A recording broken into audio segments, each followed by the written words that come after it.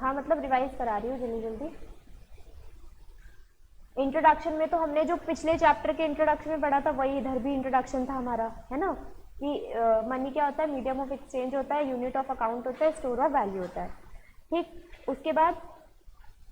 उसके बाद हमारी मनी की 3 डेफिनेशन होती है, M1, M2, M3, है ना। तो M1 क्या होती है, नैरो डेफिनेशन होती है, और M3 क्या होती है, हमारी ब्रॉड डेफिनेशन होती है, कि उसके अंदर बहुत सारी चीजें कवर होती है। ठीक, M1 क्या होता है, time deposit with banking system, sorry M1 क्या होता है, currency with public and demand deposit with banking system. ठीक है, नॉर्मल लोगों के मतलब हम पब्लिक के पास जो पैसा है, जो करेंसी है वो, plus demand deposit with banking system, तो ये क्या होता है M1। फिर M2 क्या होता है, M1 तो उसमें होता ही है, plus saving deposit of post office saving bank. ठीक, और M3 क्या होता है, M1 plus time deposit with banking system. ठीक, तो M3 को क्या बोला था, ब्रॉड मनी। इसके अंदर क्या क्या इंक्लूड होता है, M3 के अंदर M1 means currency with public, और डिमांड डिपॉजिट तो इंक्लूड होता ही है, plus time deposit with banking system भी इंक्लूड होता है। ठीक, उसके बाद हमने देखा था पब्लिक को क्या डिफाइन करते हैं। पब्लिक का मतलब होता है कि इसके अंदर ऑल इकोनॉमिक यूनिट्स आते हैं, बट प्रोड्यूसर्स ऑफ मनी को हम एग्जेम्प्ट कर देते हैं, एक्सेप्ट प्रोड्यूसर्स ऑफ मनी। और प्रोड्यूसर्स ऑफ मनी के अंदर कौन कौन आता है, गवर्नमेंट और बैंकिंग सिस्टम, जनरली RBI, है ना। ठीक है, समझ में आ गया M1, M2, M3? तुषार? ठीक, फिर ये था rationales of measuring the money supply, कि मनी सप्लाई ये जो हम कर रहे होते हैं, ये एनालिसिस हम कर रहे होते हैं मनी सप्लाई का, इसके क्या रीजंस है। फर्स्ट था it facilitate analysis of monetary development, कि हमारे पास कंट्री के अंदर क्या मॉनेटरी डेवलपमेंट है उसको पता लगाने के लिए हमारी आज की क्या मनी सप्लाई है उसको हमें एनालाइज करना, उसको हमें पता लगाना इंपॉर्टेंट है ना। It facilitate analysis of monetary development. फिर सेकेंड क्या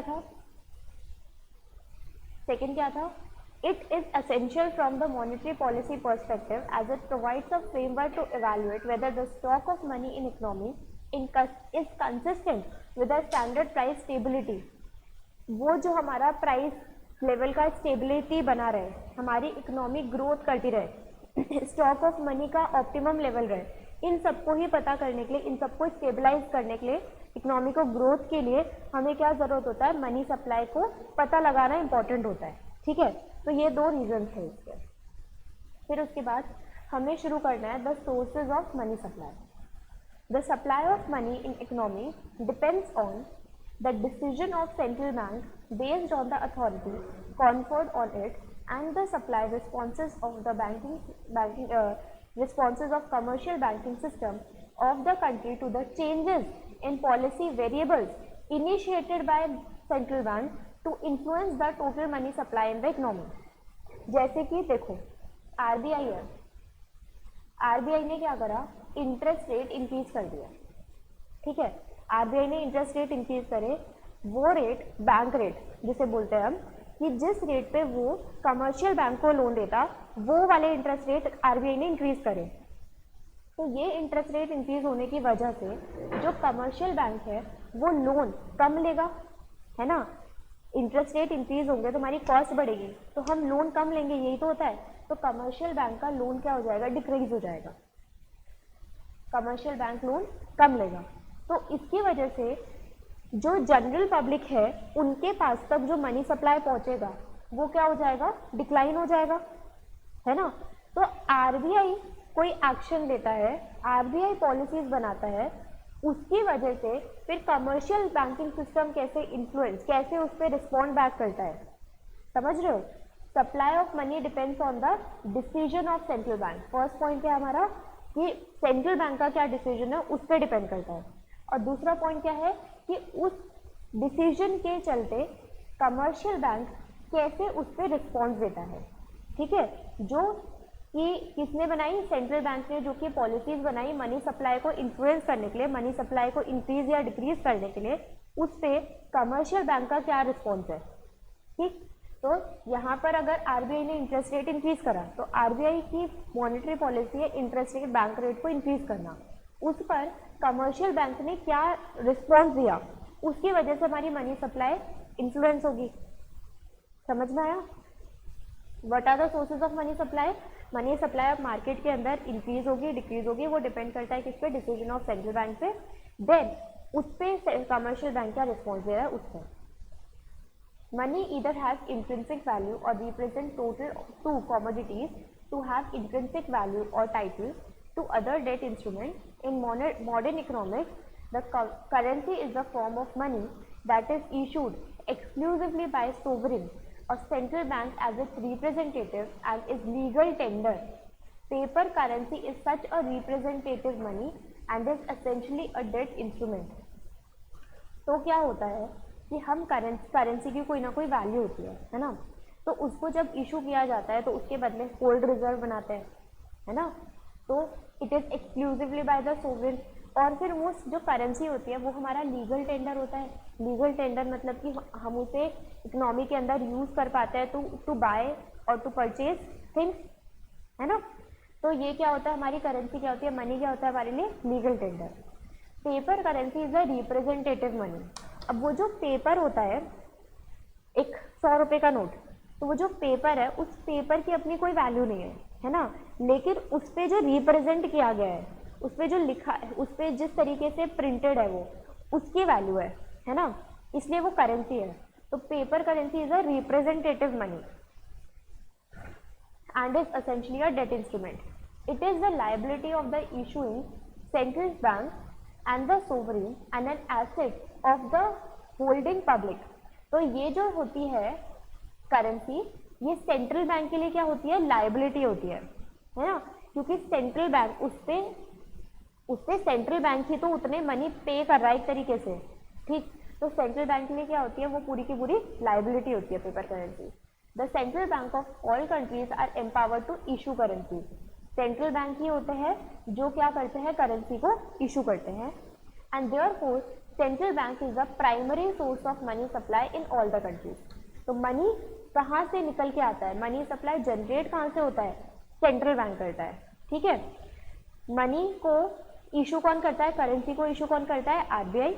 मतलब इंडिया में आरबीआई, हर कंट्रीज का देखे तो हर कंट्री का जो उसका सेंट्रल बैंक होगा, ठीक है। और फिर इसलिए हमारा primary source of money supply है कौन, सेंट्रल बैंक, ठीक है। In effect high powered money issued bye monetary authorities is the source of all other financial forms, all other forms of money. High powered money क्या होता है, high powered money वो money होता है जो RBI issue करती है, ठीक है।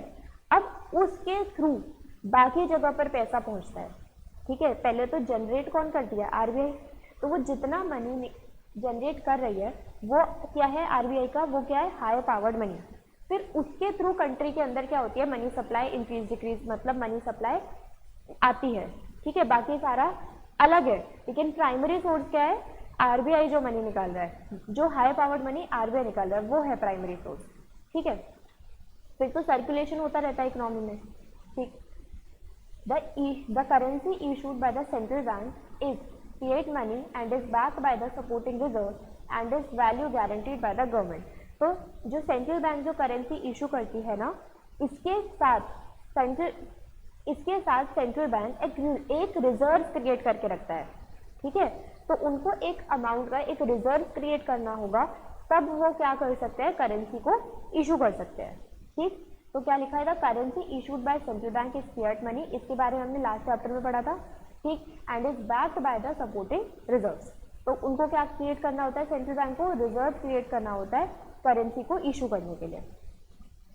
The currency issued by the central bank is in fact the liability of central bank. ये अभी भी पढ़ा था कि जो भी करेंसी सेंट्रल बैंक इशू करता है वो सेंट्रल बैंक के लिए क्या होता है, लाइबिलिटी, एंड द गवर्नमेंट, और साथ के साथ गवर्नमेंट के लिए। Therefore, in principle, it must be backed by an equal value of assets, mainly consisting of gold and foreign exchange reserve. In practice, however, most of the countries have adopted minimum reserve system, wherein the central bank is empowered to issue currency to any extent by keeping only a minimum reserve of gold and foreign securities. अब देखो, ये जो currency central bank issue कर रहा है, ये central bank के लिए क्या है, लायबिलिटी है ना। तो इस लायबिलिटी के लिए सेंट्रल बैंक को क्या करने की ज़रूरत है, उस अमाउंट के इक्वल गोल्ड या foreign exchange reserve central bank के पास बैक्ड अप होना चाहिए, है ना। मतलब जितनी वो करेंसी इशू करेगा उस अमाउंट के इक्वल सेंट्रल बैंक के पास क्या होना चाहिए, gold and foreign exchange reserve. But अब क्या बोला गया कि इन प्रैक्टिस बहुत सारी कंट्रीज ने क्या अडॉप्ट कर लिया है, मिनिमम रिजर्व सिस्टम। मतलब कि वो इक्वल अमाउंट का एसेट नहीं लेकर के चल रहे हैं, बट एक अमाउंट का रिजर्व उन्होंने डिसाइड किया है कि हम इतना एटलीस्ट क्रिएट करके रखेंगे, एक minimum reserve of gold and foreign securities बना करके रखेंगे, और उसके बाद कितनी ही मनी वो निकालते जाओ, मनी को इशू करते चले जाओ।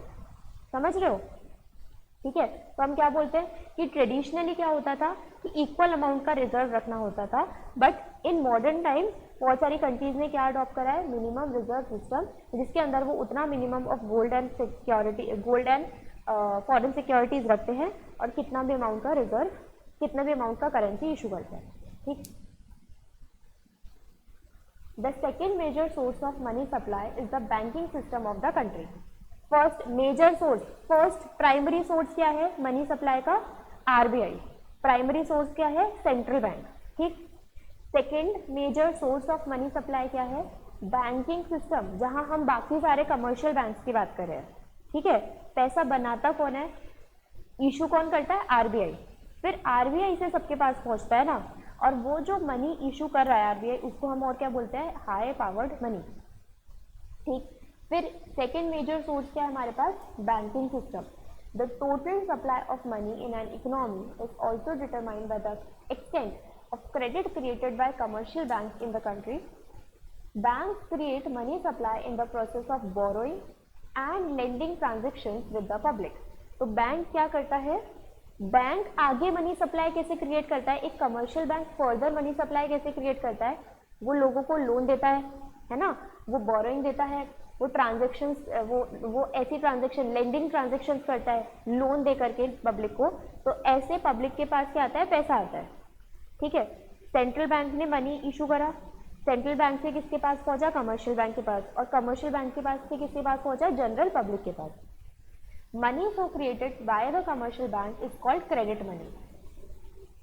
मनी इशूड बाय आरबीआई को क्या बोल रहे थे हम, high powered money. Money created by commercial bank को हम क्या बोल रहे हैं, क्रेडिट मनी, ठीक है। अंडरलाइन करते रहा करो साथ साथ।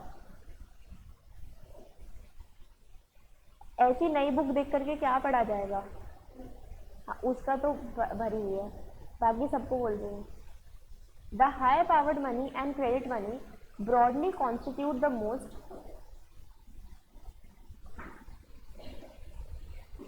Common measure of money supply और the total money stock of the country. तो फिर हमने क्या बोला कि यही हाई पावर्ड मनी मीन्स आरबीआई जो इशू कर रहा है, देन क्रेडिट मनी जो कमर्शियल बैंक क्रेडिट पे दे रहा है, यही दो क्या है मेन हमारे सेगमेंट, मेन हमारे जो कॉन्स्टिट्यूट करता है most of the common measure of money supply और the total money stock of the country. तो यही दोनों मिलकर के क्या बनते हैं, हमारे total money stock of the country. With the development of the economy and evaluations of payment system, the form and the functions of money has changed over time, and it will continue to influence the future course of currency. तो क्या हो रहा है, धीरे धीरे changes आ रहे हैं, development हो रहा है, टेक्नोलॉजिकल चेंजेस आ रहे हैं, तो धीरे धीरे हर चीज़ में टेक्नोलॉजी इवैल्यूएशन हो रहा है, उसके हिसाब से हमारी करेंसी भी क्या हो रही है, इन्फ्लुएंस हो रही है। The concept of money has experienced evaluation from commodity to metallic money to paper currency to digital currency. अब हम क्या बोल रहे हैं कि जैसे जैसे हमारे पास टेक्नोलॉजिकल डेवलपमेंट आ रही है, हमारी इकोनॉमी ग्रोथ कर रही है, वैसे वैसे करेंसी के अंदर भी क्या आ रहा है, एडवांसमेंट्स आ रहे हैं। पहले हमारे पास होता था कॉमोडिटी मनी, फिर आया मेटालिक मनी, फिर आया पेपर करेंसी, और फिर फ्यूचर में आएगा डिजिटल करेंसी, ठीक है। यूपीआई भी डिजिटल करेंसी नहीं है, डिजिटल करेंसी अभी फ्यूचर में आएगा, ठीक। तो वहाँ पर क्या होता है, जैसे यूपीआई हम करते हैं, ऐसे स्कैन करके हम करते हैं, तो वहाँ पर बैंक का इन्वॉल्वमेंट होता है बीच में, है ना। अगर मैंने मेरे कोटक से ट्रांसफ़र करा तुम्हारे पंजाब नेशनल बैंक में, तो इन दो बैंक के बीच भी तो ट्रांजेक्शन होगा ना, है ना, और वो लेटर डेट पे ट्रांजेक्शन किया जाता है। ऐसे इंस्टेंटली मेरे से क्रेडिट और तुम्हारे में वो दिखा देता है, ठीक है, लेकिन वो फिर एंड ऑफ द डे सारी ट्रांजेक्शन को सेटल किया जाता है, ठीक है ना। तो डिजिटल करेंसी क्या, अब वहाँ पर ये बैंक का इन्वॉल्वमेंट भी नहीं होगा, जैसे हम पैसे देते हैं वैसे ही वहाँ पर भी पेमेंट करेंगे और ट्रांजेक्शन हो जाएगी, इस तरीके से कुछ। तो कॉमोडिटी मनी क्या, कॉमोडिटी मनी जहाँ वो गुड्स आ जाते थे हमारे पास, ठीक है, मेटालिक मनी, फिर गोल्ड सिल्वर उसके अकॉर्डिंग, फिर पेपर करेंसी जो कि चल रही है, then digital currency. The changing features of money are defining new financial landscape of economy further with the advent of cutting edge technologies.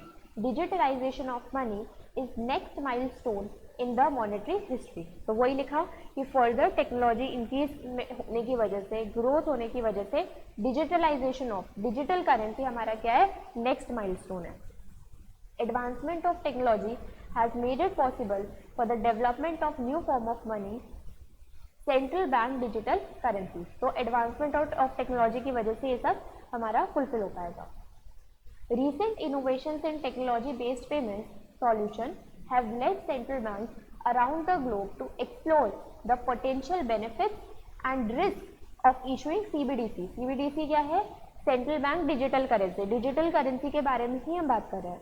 तो अब क्या होता है कि टेक्नोलॉजी इंक्रीज तो करती है, कुछ ना कुछ एडवांटेज होता है, लेकिन उसका कोई ना कोई रिस्क, कोई ना कोई डिसएडवांटेज उसके साथ होता है। तो वही कि recent innovation in technology based payments have led central bank around the globe, तो वो एक्सप्लोर करना चाहते हैं कि इससे क्या हमारे पोटेंशियल बेनिफिट, क्या हमारे फ्यूचर में बेनिफिट्स होंगे और क्या इसके साथ रिस्क इन्वॉल्व रहेगा, ठीक है। So as to maintain the continuum with the current trend in innovation, RBI has also exploring the pros and cons of introduction of digital currency for some time. तो RBI क्या कर रही है, RBI ये decide कर रही है कि हमें डिजिटल करेंसी जब हम निकालेंगे तो उसके क्या एडवांटेजेस होंगे, क्या डिसएडवांटेजेस होंगे, है ना, and is currently engage in working towards a phased implementation strategy. Phases में इम्प्लीमेंटेशन स्ट्रैटेजी लाने की डिसाइड कर रही है कौन, RBI। Going step by step through the various stages of pilots followed by a final launch and simultaneously examining use cases for the issuance of own CBDC digital rupee with minimal or the no disruption to the financial system. तो RBI क्या सोच रही है, हमने बोला कि digital currency, central bank digital currency हमारा क्या है, नेक्स्ट फ्यूचर माइलस्टोन है। तो RBI क्या कर रही है, RBI इसके प्रॉन्स एंड कॉन्स डिसाइड कर रही है कि क्या क्या हो सकते हैं, क्या क्या पोटेंशियल बेनिफिट्स और क्या क्या नेगेटिव इम्पैक्ट इससे पड़ सकते हैं।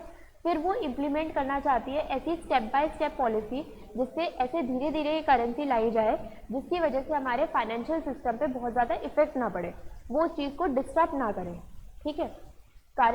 currently we are at the forefront of a watershed movement in the evaluation of currency that will decisively change the very nature of money and its function.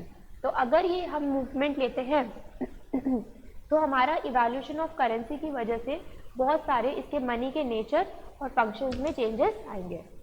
Reserve bank broadly define CBDC as a legal tender.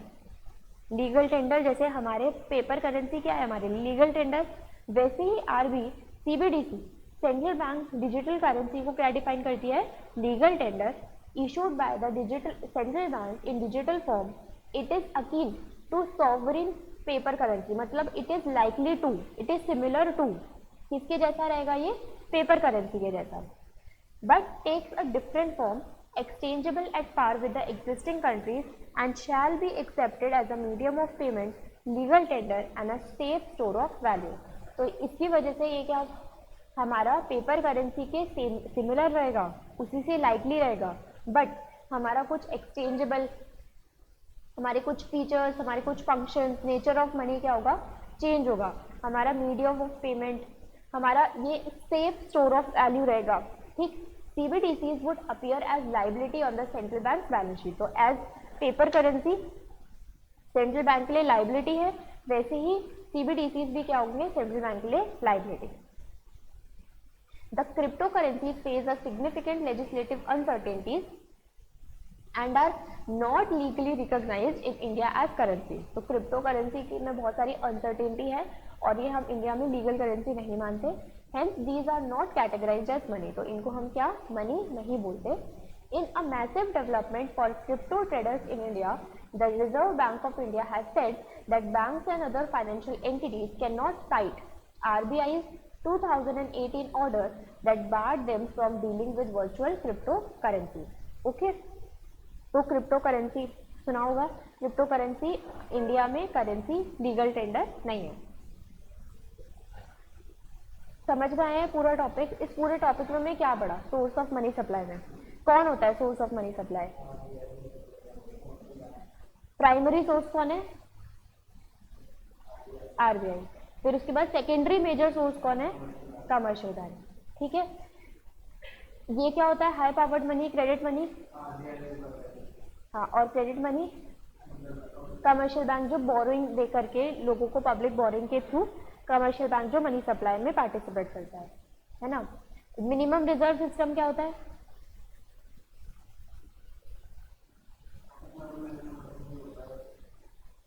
एक reserve जो minimum create करके रखना होता है, किसको create करना होता है? आरबीआई को।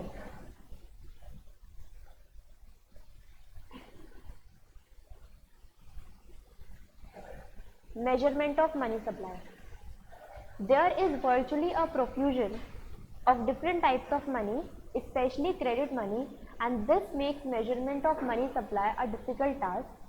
Different countries follow different practices in measuring money supply. The measures of money supply vary from country to country, from time to time, from purpose to purpose. Reference to such different measures is beyond the scope of this unit. Just as other countries do, a range of monetary and liquidity measures are compiled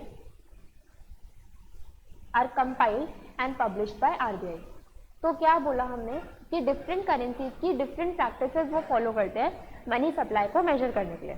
ठीक है, हर country अलग अलग अपने तरीके से money supply को major करती है और वो डिफर करता है हमारी country to country, time to time, उनके पर्पस से, हर चीज़ से डिफर होता है।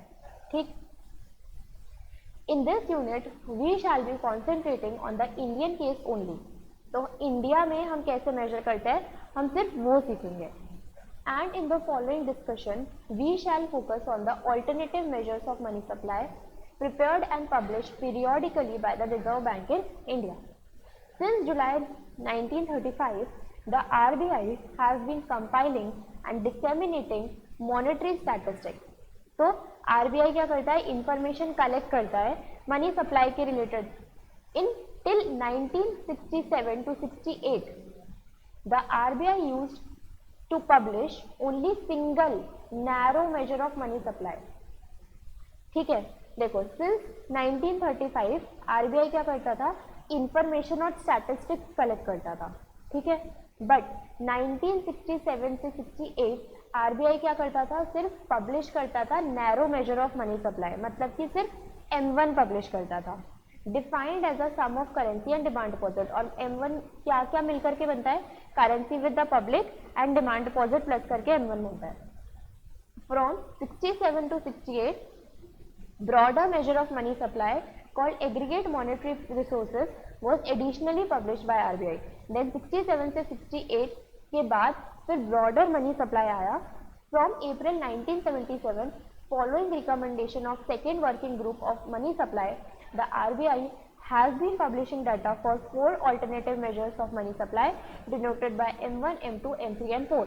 Then उसके बाद जो ये सेंट्रल बैंक है ये इतने डेफिनेशन प्रिंट कर मतलब कि इतने डेफिनेशन पब्लिश करता है, इतना डेटा पब्लिश करता है जिसके अंदर हम मनी सप्लाई को डिवाइड करते हैं M1, M2, M3 और M4 में। ठीक है, यहाँ से ये याद कर लेना M1, M2, M3, M4 ये याद करना है। इस पे न्यूमेरिकल क्वेश्चंस आएंगे कि M1 निकालो, M2 निकालो, तो डेफिनेशन याद होना इंपॉर्टेंट है। डेफिनेशन याद होगी तो प्लस ही करना है सब कुछ, है ना। M1 क्या है? Currency notes and coins with the public and demand deposit with banking system. Demand deposit with banking system में क्या आएगा? करंट डिपॉजिट और सेविंग डिपॉजिट। फिर अदर डिपॉजिट विद आरबीआई, तो ये सब मिलकर के हमारा M1 बना। फिर M2 क्या है? करेंसी विद पब्लिक और डिमांड डिपॉजिट तो है ही, plus saving deposit with post office. ठीक है, फिर M3 M1 plus time deposit. Saving deposit और टाइम डिपॉजिट में क्या डिफरेंस है?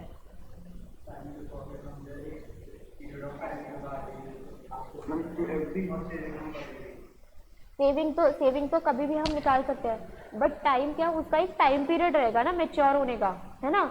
जो वो बैंकिंग सिस्टम रहेगा उन्हें पता होगा कि इस टाइम पे इसका सिक्योरिटी मैच्योर होगा, ये तभी पैसे लेगा, है ना। लेकिन जो वो डिमांड डिपॉजिट होते हैं वो हम कभी भी विड्रॉ कर सकते हैं, उसके लिए कोई टाइम पीरियड नहीं होता, ठीक है।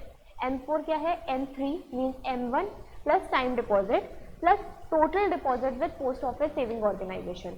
बट यहाँ पर ये याद रखना, M4 में excluding national saving certificate, okay.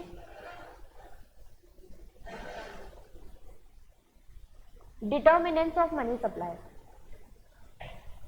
There are two alternative theories in respect of determination of money supply.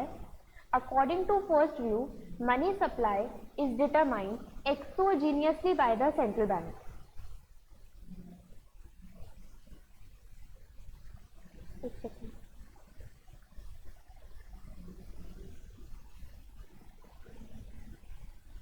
ठीक है, आगे। There are two alternative theories in respect of determination of money supply. According to the first view, money supply is determined exogenously by the central bank. The second view holds that the money supply is determined endogenously by the changes in economic activities which people affect people's desire to hold currency relative to deposits, rate of currency, etc. तो इसका क्या मतलब हो सकता है? Outside the system, मतलब to alternative theories है हमारे पास मनी सप्लाई की। क्या दो अल्टरनेटिव थ्योरी है? First view is money supply is determined एक्सोजीनियसली bye the central bank outside the system, and the second view is money supply is determined endogenously by the changes in economic activity that affect the desire to hold the currency relative to deposit. दूसरा view क्या है? Money supply में क्या changes आ रहे हैं, उनके activities में क्या चेंजेस आ रहे हैं जो डायरेक्टली इफेक्ट कर रहा है पीपल्स डिजायर कि वो कितना मनी होल्ड करे, कितना मनी इन्वेस्ट करे, ठीक है। Rate of interest etcetera. The current practice is to explain the determinants of money supply is based on the money multiplier approach, which focuses on the relation between money stock and the money supply in terms of monetary base or the high powered money. तो यहाँ पर हमारे पास क्या आया? Multiplier. Multiplier क्या होता है कि आपने स्टार्टिंग में इतना अमाउंट रखा बैंक के अंदर, सपोज 100 रुपीज़, तो 100 रुपीज़ का कुछ अमाउंट हमें रिजर्व क्रिएट करना होता है. फिर रिजर्व वो क्रिएट होता है ऐसे, जैसे कि यहाँ पर आया 100, ठीक है. तो 100 का सपोज 10% मेरे को क्या क्रिएट करना है? रिजर्व क्रिएट करना है. तो मैंने 10 रिजर्व क्रिएट करा. तो फिर आगे मैंने बोरोइंग के लिए जो बैंक है वो 90 रुपीज़ आगे बोरो करने के लिए दे सकता है. तो वो जो आगे बोरो करने के लिए देगा वो वापस से बैंक में डिपॉजिट किया जाएगा, है ना. फिर आगे फिर रिजर्व रखा जाएगा उसका 10%, फिर आगे फिर से बोरो करने के लिए दिया जाएगा. तो आरबीआई यही तो मतलब बैंक यही तो करता है. एक कहीं से पैसा आता है, उसका कोई रिजर्व क्रिएट किया जाता है और उसका बाकी बचा हुआ आगे बोरो करने के लिए दे देते हैं. यही होता है. तो इस तरीके, हाँ, तो इसी को हम क्या बोलते हैं? इसी को हम क्या बोलते हैं? Money multiplier. क्या बोलते हैं इसको हम? Money multiplier. मनी सप्लाई क्या हो रहा है? मल्टीप्लाई हो रहा है इकोनॉमी में. The monetary base is the sum of currency in circulation and bank reserves. This approach holds that the total supply of nominal money in the economy is determined by the joint behavior of the central bank, the commercial bank and the public. Before we discuss the determinants of money supply, it is necessary that we know the concept of money multiplier. तो अभी हमें सबसे पहले क्या पढ़ना है? Money multiplier के बारे में पढ़ना है.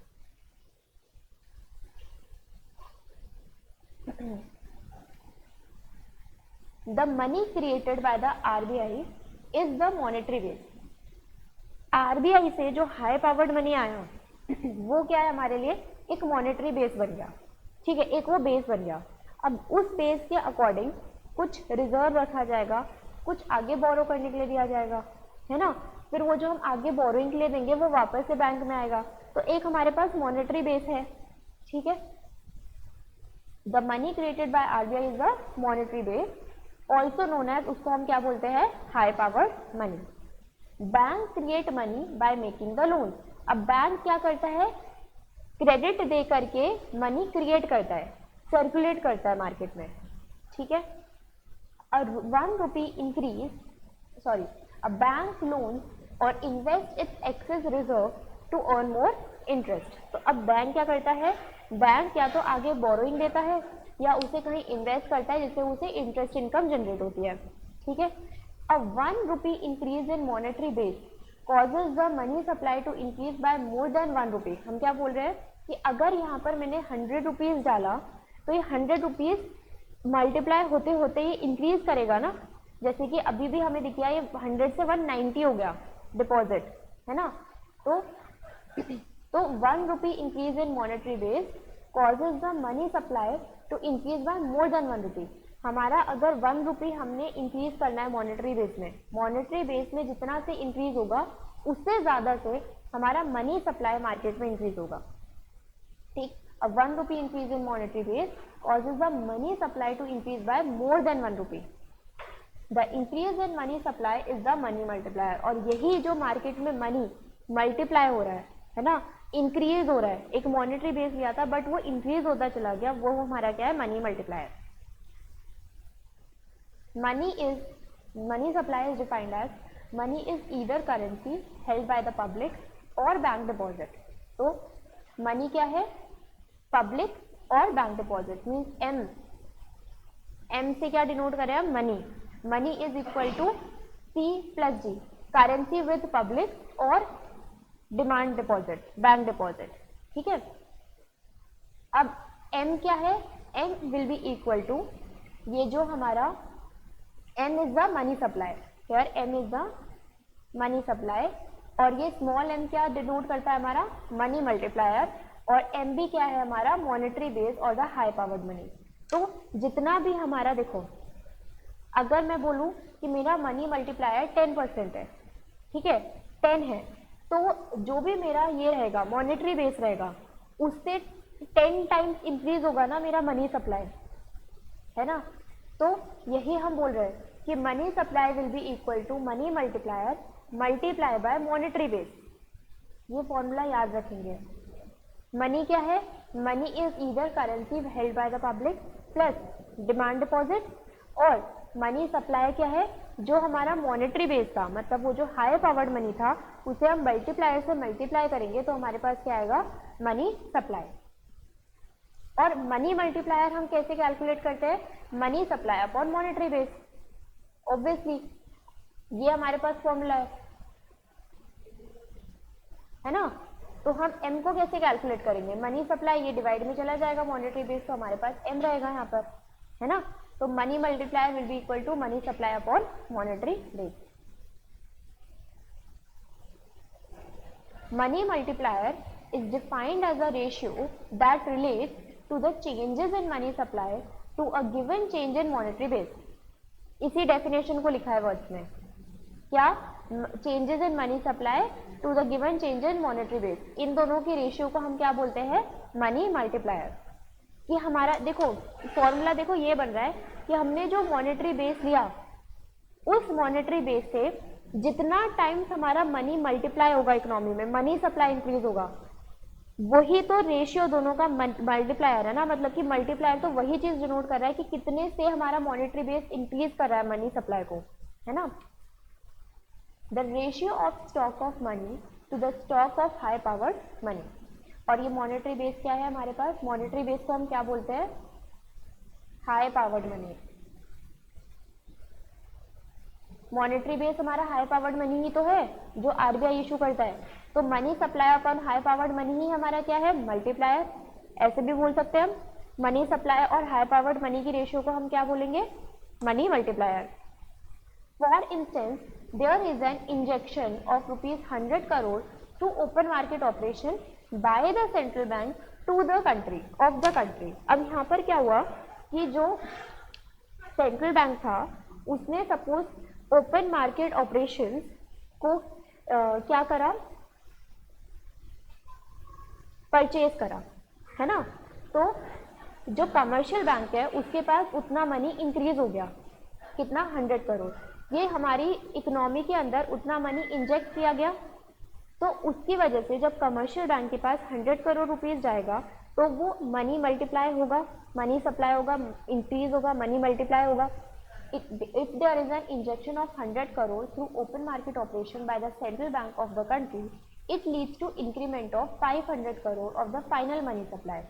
तो अगर हमने मतलब आरबीआई ने 100 करोड़ रुपीस मार्केट में डाला थ्रू ओपन मार्केट ऑपरेशन, तो उसकी वजह से 500 करोड़ मनी सप्लाई हुआ, तो हम क्या बोल सकते हैं कि मनी मल्टीप्लायर कितना होगा, 5। फॉर्मूला क्या है हमारे पास, मनी सप्लाई कितना है, 500 करोड़, और मॉनेटरी बेस कितना है, हाई पावर्ड मनी कितना है, 100 करोड़। तो हमारा मनी मल्टीप्लायर कितना आ जाएगा, 5। ठीक है। Hence, the multiplier indicates the change in monetary base which is transformed into money supply. Multiplier indicates what multiple of monetary base is transformed into money supply. In other words, money and high powered money are related by the money multiplier. वही same definition, वही ratio लिखे है कि multi multiplier क्या है, money और money supply और high powered money का रेशियो है। We make two simplifying assumptions as follows. Bank never hold excess reserve. Individual and non-banking corporation never hold currency. तो यहाँ पर हम क्या कर रहे हैं, दो assumptions लेकर के चल रहे हैं, ठीक है। मतलब कि हम कोई लीकेज नहीं हो रहा ऐसा मान करके चल रहे हैं। हम क्या दो assumption ले रहे हैं कि बैंक एक्सेस रिजर्व नहीं होल्ड कर रहा है। एक्सेस रिजर्व का मतलब क्या है, एक तो ये हमारे पास स्टैट्यूटरी गाइडलाइन है कि हमें 10, सपोज मैंने बोला 10%, आरबीआई ने बोला है कि 10% रिजर्व को रखना है, ठीक है। एक्सेस रिजर्व क्या होगा कि जब कमर्शियल बैंक अपनी ही प्रिकॉशन के लिए उस 10% से ज़्यादा का रिजर्व क्रिएट करके रखे, ठीक है। आरबीआई ने बोला था 10% का, बट बैंक ने क्या करा, 15% का रिजर्व क्रिएट करा, तो वो 5% क्या कहलाएगा, एक्सेस रिजर्व, ठीक। और मनी मल्टीप्लायर में हम क्या एजम्पशन लेकर के चल रहे हैं कि bank never hold excess reserve, bank excess reserve hold नहीं कर रहे हैं। साथ ही साथ individual and non bank corporation never hold currency, individual और नॉन बैंक कॉर्पोरेशन करेंसी को होल्ड नहीं कर रहे हैं, बल्कि वो लोग क्या कर रहे हैं, डिपॉजिट कर रहे हैं बैंक के अंदर। तभी तो मनी सप्लाई इंक्रीज, तभी तो डिपॉजिट इंक्रीज हो रहा है। वो होल्ड नहीं कर रहे हैं, मतलब अपने घर पे नहीं रख रहे हैं, वो लोग डिपॉजिट कर रहे हैं बैंक के अंदर, ठीक है। समझ में आया दोनों assumption? What determines the size of money multiplier? The money multiplier is the reciprocal of reserve ratio. Deposit, unlike एक ये money multiplier का देखो एक और formula, it is the reciprocal of reserve ratio 1/r. Unlike the currency held by people, keep only a fraction of high powered money in reserve.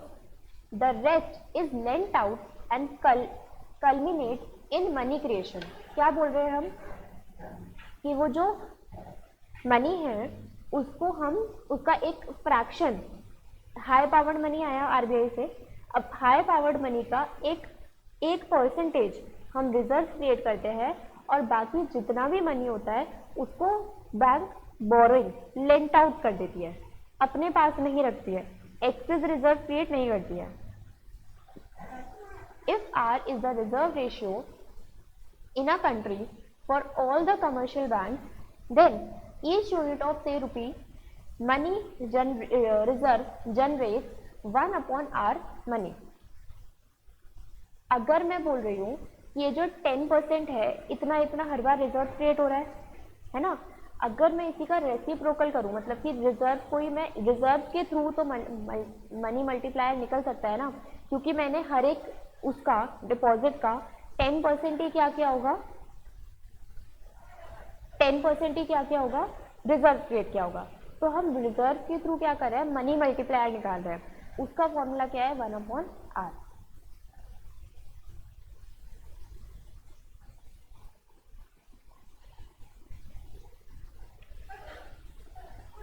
If R is 10%, the value of money multiplier will be 10. If the reserve ratio is only 5%, then the money multiplier is 20. करके देखो, 1/10% और 1/20%, sorry 5%, 1/5%.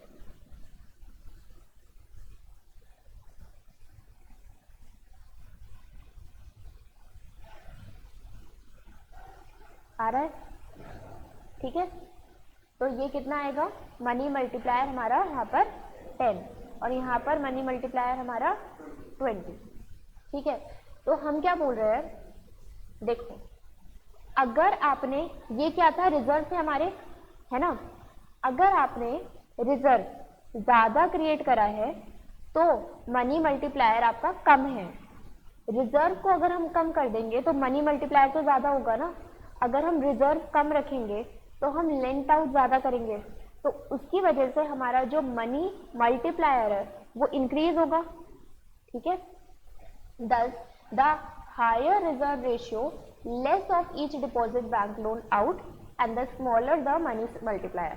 ठीक है, तो जितना ज़्यादा reserve ratio उतना less हमारा डिपॉजिट, जितना कम रिजर्व रेशियो उतना ज़्यादा हमारा मनी मल्टीप्लायर. ठीक है, if some portion of the increase in higher powered money finds its way into currency, this portion does not undergo multiple deposit expansion. The size of money multiplier is reduced when the funds are held as cash rather as demand deposit. अगर ऐसा हुआ कि ये जो 100 rupees का ये high powered money था, ये बेस था हमारा, मॉनेटरी बेस था, इसका 10% हमने रिजर्व क्रिएट करा और 90 हमने बोरिंग दिया. अगर ऐसा होता कि जिसको हमने 90 रुपये बोरो करने के लिए दिया उसने ये डिपॉजिट नहीं करा होता पूरा का पूरा, है ना, उसने सपोज इसका 10 अपने घर में रख लिया होता और डिपॉजिट किया होता 80, तो हमारा मनी सप्लाई डिक्रीज हो जाता, मनी सप्लाई कम हो जाता डिपॉजिट होने की वजह से. तो वही लिखा है कि the size of money multiplier क्या हो जाएगा, रिड्यूस हो जाएगा अगर फंड को कैश में रख लिया जाए और डिमांड डिपॉजिट ना किया जाए, बैंक में ना डाला जाए और कैश में रख लिया जाए, तो हमारा मनी मल्टीप्लायर क्या होगा, reduce. In other words, as a rule an increase in monetary base that goes into currency is not multiplied, whereas an increase in monetary base that goes into supporting deposits are multiplied. ठीक है, अगर हम increase करते हैं किसमें, अगर हम monetary base में इंक्रीज करें तो हमारा मनी सप्लाई इंक्रीज होगा, लेकिन अगर हमारा ये क्या बोलते हैं मॉनेटरी बेस अगर डिक्लाइन करे तो हमारा मनी सप्लाई डिक्लाइन होगा. और दूसरी चीज़, अगर हमारी ये जो बोरोइंग है ये हम कैश में रख ले, डिपॉजिट ना करें, तो भी हमारा मनी मल्टीप्लायर डिक्लाइन होगा. मैम मनी बेस मतलब कि वो करेंसी लोगों ने डिपॉजिट की हुई है, किसका मतलब, मनी बेस, मॉनेटरी बेस हम उस अमाउंट को लेकर के चल रहे हैं जो कि आरबीआई ने स्टार्टिंग में कमर्शियल बैंक को दिया.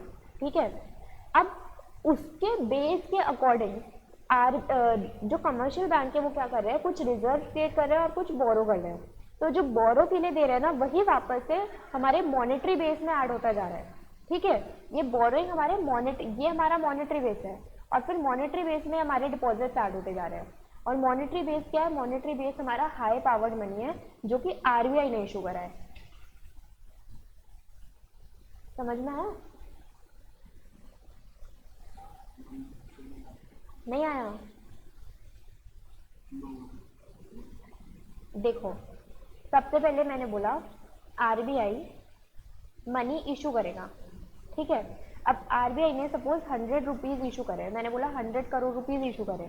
ठीक है, तो ये जो आरबीआई 100 करोड़ रुपीज़ इशू कर रहा है ये हमारा है हाई पावर्ड मनी.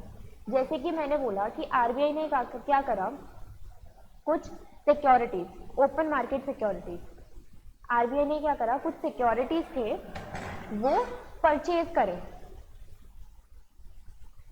जिसकी वजह से आरबीआई का 100 करोड़ रुपीस कमर्शियल बैंक के पास पहुंचा।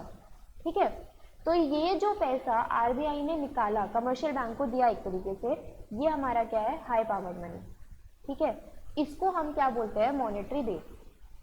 अब इसके अकॉर्डिंग एक रिजर्व क्रिएट कर रहा है कौन, कमर्शियल बैंक, सपोज 10% का, तो उसने फिर 10 करोड़ का रिजर्व क्रिएट करा और बाकी का पैसा क्या दिया, लोन पे दिया 90 करोड़। अब इस हाई पावर्ड मनी में ये जो डिपॉजिट है, ये जिसको लोन पे दिया होगा, ये आकर के बैंक में ही डिपॉजिट करेगा। तो इस हाई पावर्ड मनी में वो सारे डिपॉजिट ऐड होते चले जाएंगे।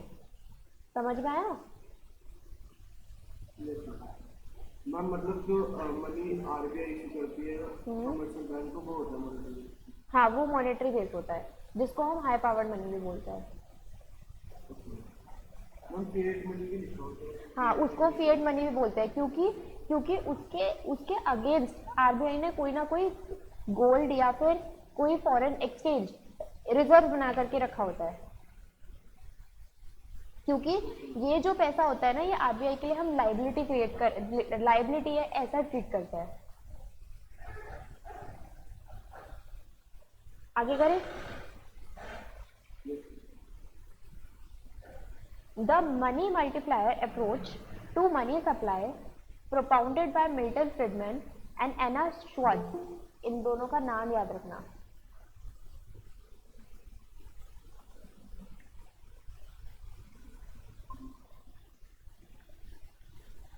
(1963) considers 3 factors as immediate determinants of money supply। तो इन्होंने मनी मल्टीप्लायर अप्रोच में 3 फैक्टर कंसिडर करे। फर्स्ट क्या है, stock of high powered money, ratio of reserves to deposit, जिसको हम बोलते हैं रिजर्व रेशियो, स्मॉल आर से डिनोट करते हैं।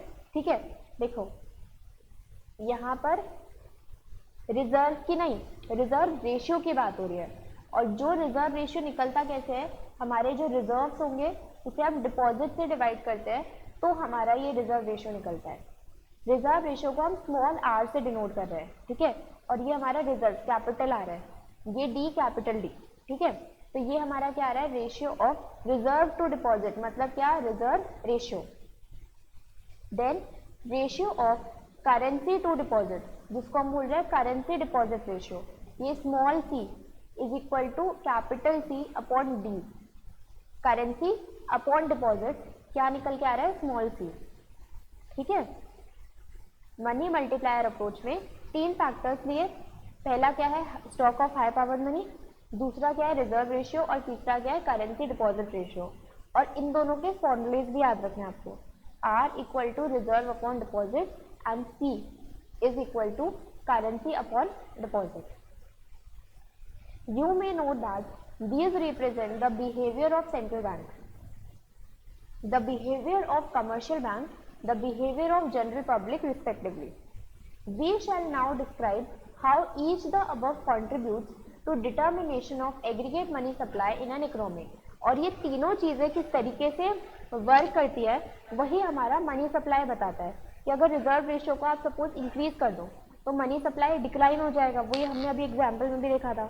अगर रिजर्व रेशियो को आप कम करो तो मनी सप्लाई क्या हो जाएगा, इंक्रीज हो जाएगा। अगर आप डिपॉजिट को बढ़ा दो, डिपॉजिट बढ़ेगा तो मनी सप्लाई बढ़ेगा, डिपॉजिट को कम कर दो तो मनी सप्लाई कम हो जाएगा, है ना। अगर आरबीआई हाई पावर्ड मनी ज़्यादा लेकर के आएगी, है ना, तो हाई पावर्ड मनी ज़्यादा होने की वजह से अगेन मनी सप्लाई इंक्रीज होगा। अगर वो कम कर दे तो मनी सप्लाई डिक्लाइन करेगा।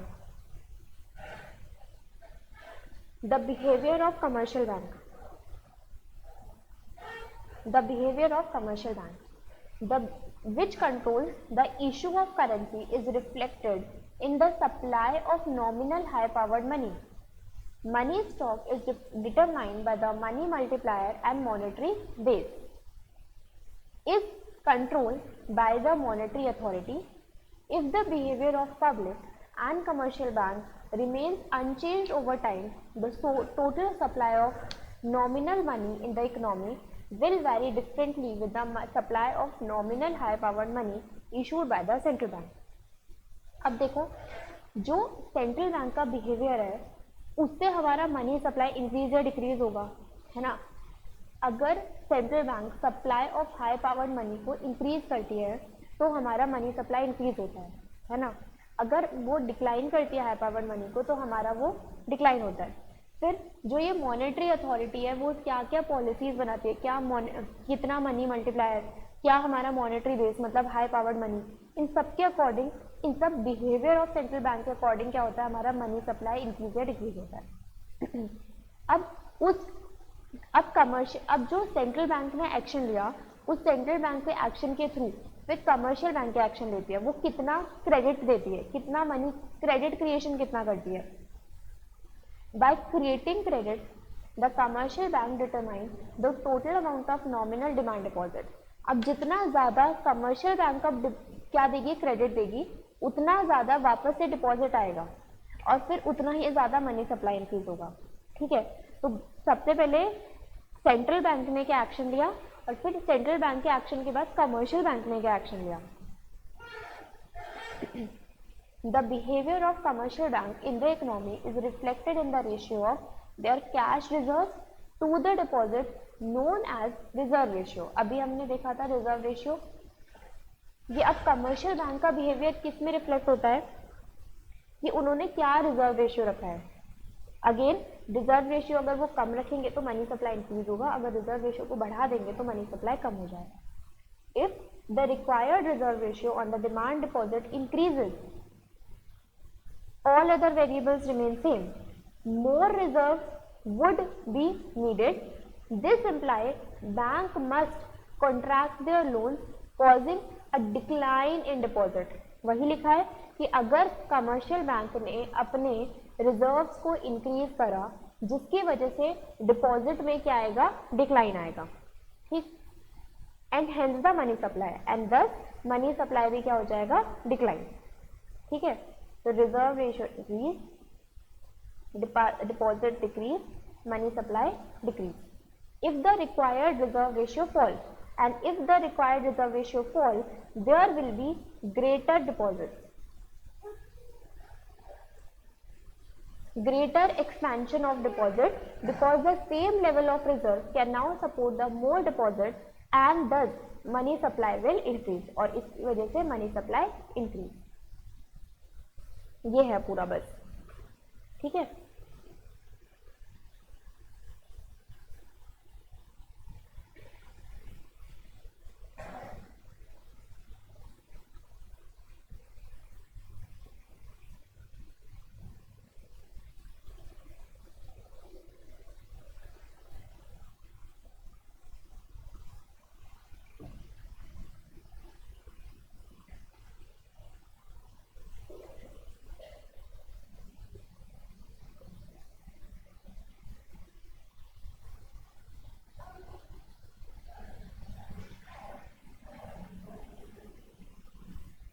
और इधर क्या था, ऊपर क्या था, यहाँ पर ऊपर क्या था, सेंट्रल बैंक का बिहेवियर कैसे पता लग रहा था, हाई पावर्ड मनी इंक्रीज था तो मनी सप्लाई इंक्रीज था, देन हाई पावर्ड मनी हमारा कम हो रहा था तो हमारा मनी सप्लाई कम हो रहा था। हाई पावर्ड मनी क्या होता है, हमारा मॉनेटरी बेस होता है।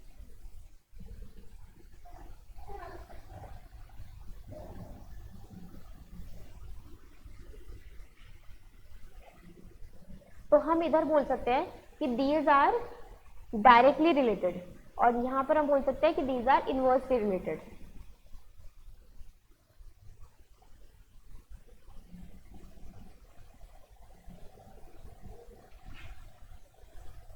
आगे करें, to sum up, smaller the reserve ratio larger will be the multiplier. In actual practice however, commercial banks keep only the required fraction of their total deposits in the form of cash reserves. However, commercial banking system as a whole, the actual reserves ratio may be greater than the required reserve ratio, since the banks keep a higher than the statutorily required percentage of their deposit in the form of cash reserve as a buffer against unexpected event requiring cash। और इसी को हम क्या बोलते हैं, excess reserve. देखो क्या लिखा है कि कमर्शियल बैंकिंग सिस्टम क्या करता है, जो एक्चुअल रिजर्व रेशियो है ना उससे ज्यादा रिजर्व क्रिएट करके रखता है, मतलब कि जितना स्टैट्यूटरीली रिक्वायर्ड है। अगर आरबीआई ने बोला 10%, तो वो स्टैट्यूटरी रिक्वायर्ड कितना है 10%। लेकिन कोई अनएक्सपेक्टेड रिजर्व क्रिएट क्यों किया जाता है, कमर्शियल बैंक रिजर्व क्यों क्रिएट करता है, ताकि उनको जो डिपॉजिट वो कर रहा है, वो डिमांड डिपॉजिट है ना, वो वापस भी तो करना है ना। कोई अगर उनसे वापस विड्रॉ करने आएगा तो उन्हें निकाल करके वापस करना है वो पैसा, तो उस चीज के लिए वो रिजर्व क्रिएट करके रखता है। लेकिन अगर कोई अनएक्सपेक्टेड अर्जेंसी ना आ जाए, अनएक्सपेक्टेड इवेंट क्रिएट ना हो, इस चीज के लिए वो क्या क्रिएट कर रहे हैं, जितना रिजर्व स्टैट्यूटरीली रिक्वायर्ड है उससे एक्सेस में रिजर्व क्रिएट कर रहे हैं। ठीक है, तो उसको क्या बोल रहे हैं हम, excess reserve. The excess reserve which are funds that the bank keeps beyond keeps back beyond what is required by the regulation form a very important determinant of money supply। तो what is excess reserve, जो bank access मतलब कि statutory reserve से access में create करके रखता है for any unexpected event, उसे हम बोलते हैं excess reserve. Excess reserve are the difference between total reserve and the required reserve. Therefore ER equal to TR upon RR, मतलब कि टोटल रिजर्व में से रिक्वायर्ड रिजर्व हम माइनस करेंगे तो हमारा एक्सेस रिजर्व आएगा। If the total reserve is 800 billion where as the required reserve is 600 million, then excess reserve will be 200 billion. We know that the cost to the bank while holding excess reserve is in the terms of its opportunity cost। अब देखो, अब अगर bank ने access reserve hold करा तो वो access reserve hold करने की वजह से उतना पैसा वो बोरो करने के लिए नहीं, वो लेंड नहीं कर पाएंगे, है ना, वो एज अ लोन नहीं दे पाएंगे। तो अगर वो लोन की तरह देते तो उनको एक इंटरेस्ट इनकम जनरेट होती, जो कि अब उनकी कम हो गई अगर उन्होंने रिजर्व को एक्सेस रिजर्व को बढ़ाया। रिजर्व को बढ़ाया, बोरोइंग कम हुई, और बोरोइंग कम हुई तो उससे जो इंटरेस्ट मिलना था बैंक को वो कम मिलेगा। समझ रहे हैं हम? We know that the cost to the bank while holding excess reserve is in terms of the opportunity cost, कि अगर वो पैसा बोरो करने के लिए देते तो उसको एक क्या इंटरेस्ट मिलता, तो इसलिए it is terms of the opportunity cost, that is the interest could have been earned on the loans or securities if the bank had chosen to invest them instead of excess reserve। अगर वो reserve create ना करके दे देते तो उन्हें extra income generate होती। If the interest rate increases, it means that the opportunity cost of holding excess reserve rises। Obviously, अगर interest rate हमारे increase कर जाए तो हमारी तो opportunity cost of holding excess reserve rise करेगा ना, कि आपको ज़्यादा नुकसान हो रहा है ना। अगर आप बैंक के इंटरेस्ट रेट इंक्रीज कर रहे हैं तो आप ज़्यादा इनकम अर्न कर सकते थे, तो अगर आप उसे ना इन्वेस्ट करके या फिर ना बोरोइंग के लिए दे करके आप उसके रिजर्व क्रिएट कर रहे हो तो आपकी वो कॉस्ट फॉरगॉन हो रही है, तो उसकी वजह से आपकी अपॉर्चुनिटी कॉस्ट तो इंक्रीज हो रही है और ज़्यादा। Because the bank have to sacrifice possible higher earnings and hence the desired ratio of excess reserve to deposit fall. Conversely a decrease in interest rate, और दूसरी साइड अगर हम इंटरेस्ट रेट डिक्लाइन करते हैं तो हमारी अपॉर्चुनिटी कॉस्ट भी क्या होती है, रिड्यूस होती है, and the excess reserve will rise. Therefore, we conclude that the banking system excess reserve ratio is negatively related to the market interest rate।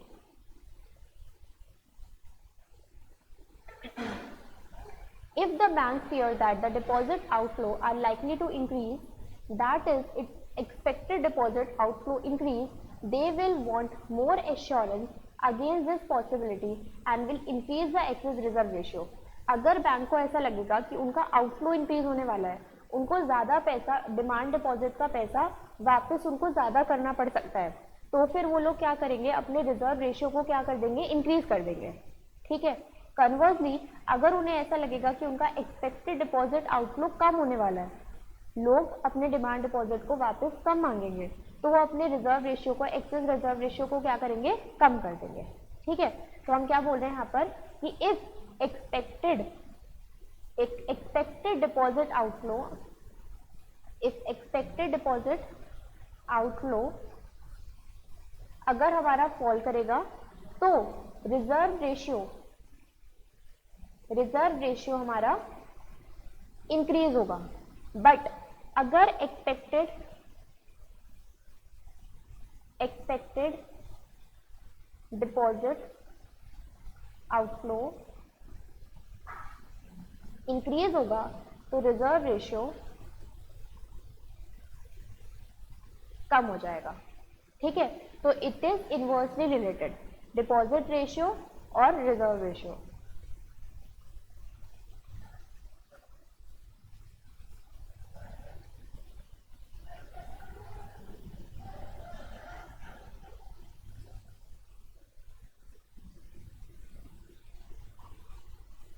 Done.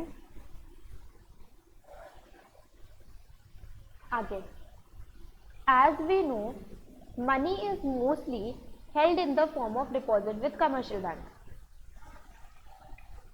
Money सारा लोग हम क्या लेकर के चल रहे हैं, हम अजम्पशन क्या लेकर के चल रहे हैं यहाँ पर कि वो कैश फॉर्म में नहीं रख रहे, बल्कि सब लोग क्या कर रहे हैं, डिपॉजिट कर रहे हैं।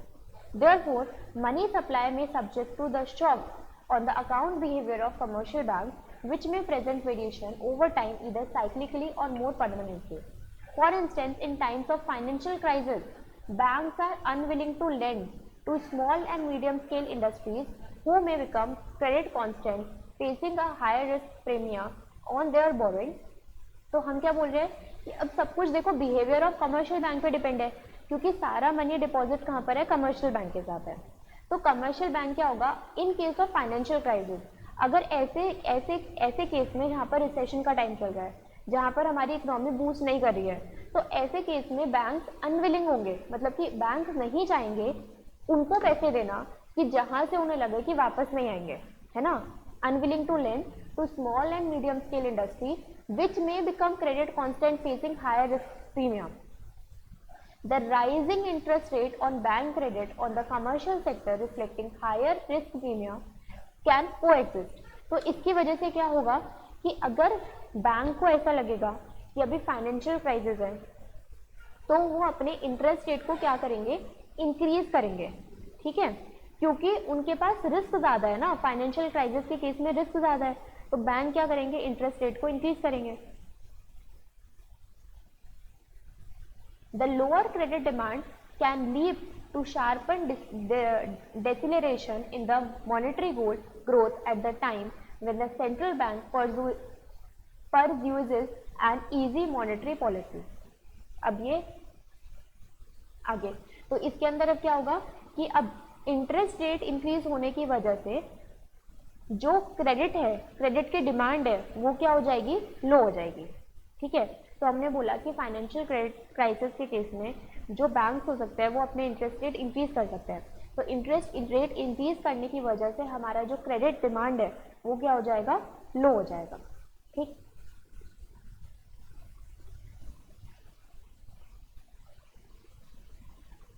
बिहेवियर ऑफ पब्लिक 33 न्यूमेरिकल है नेक्स्ट क्लास में। एक काम करना, ये वाला इसमें मनी, हाँ ये वाले जो इलस्ट्रेशन है ये एक बार ट्राई करना।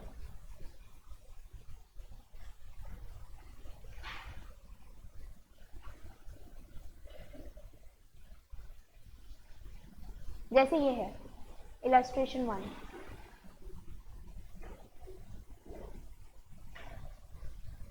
इलस्ट्रेशन 1। अब इलस्ट्रेशन 1 के अंदर क्या है कि हमें M1 निकालना है। M1 नैरो मनी होता है ना। M3 क्या होता है, ब्रॉड मनी होता है।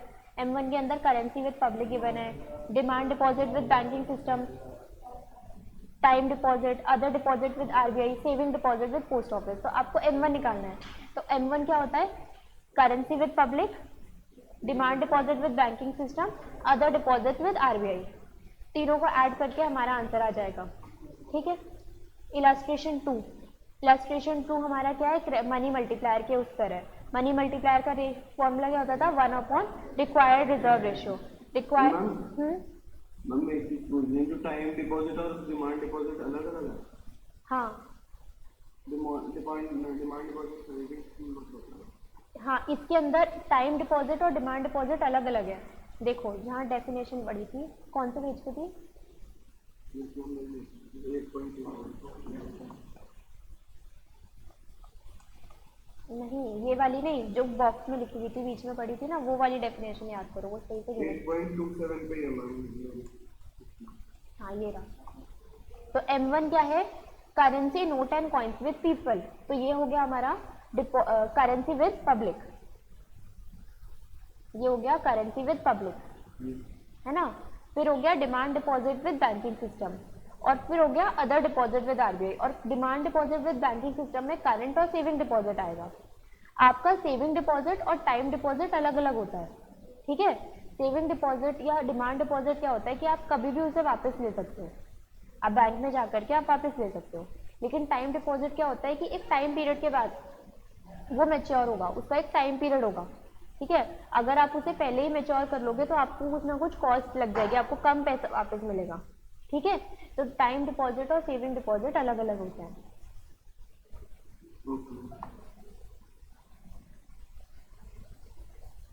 यहाँ पर हमें M1 की डेफिनेशन में क्या लिखा था? टाइम डिपॉजिट नहीं लेने को लिखा था, यहाँ पर था डिमांड डिपॉजिट। तो इसलिए हमने यहाँ पर डिमांड डिपॉजिट ऐड करा, demand deposit with banking system, और तीसरा था अदर डिपॉजिट विद आरबीआई। तो इन तीनों को ऐड करके हमारा M1 आया था। ओके।